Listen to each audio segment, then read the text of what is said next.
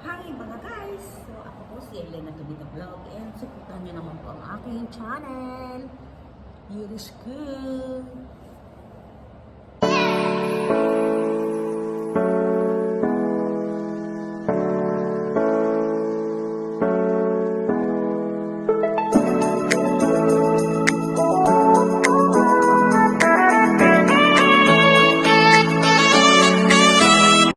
Ito naman talagang umingay ito ng nag-viral ito, ang Sharon Gabi. Yes! Ang career nito next year ay magiging mayabong. Ay, bongga, Sharon. Ikaw na talaga. Though may mga problema pa rin siya Na? kakaharapin sa family, pero ito naman ay mag-iingay lang pero masusolusyonan din. Ano ba yung problemang yan na maaaring umusbong? More on sama ng loob eh. Magiging sangkot dito is anak. Anak na naman.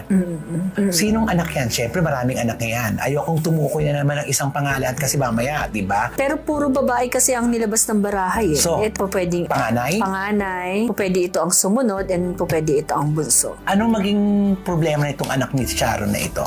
Pwedeng salitaan. Maaaring ang isa sa kanila may masabi na hindi magugustuhan ng isa. Kaya yun ang poproblemahin na naman ni Sharon.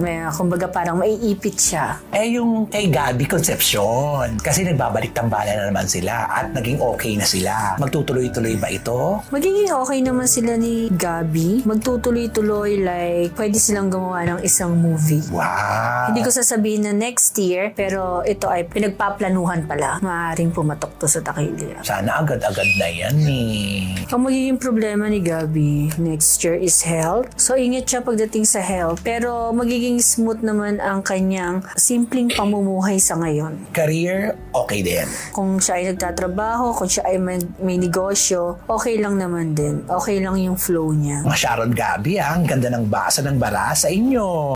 Siguro kasi it's been forever since we did anything together. So, Kumbaga sa taping, may warm-up, may rehearsal. Meron. Sa singing, meron ding rehearsal. Sa personal, meron ding gano'n. Meron warm-up. Diba? Parang hindi tayo pamilya. Bukod sa kinakiligang photo kung saan magkayakap sina Gabi at Sharon, may sneak peek din sa magiging duet ng dalawa sa concert na para sa Gab fans na sinundan ng kanilang career and love story. Full of memories nga raw ang concert ng isang musical documentary.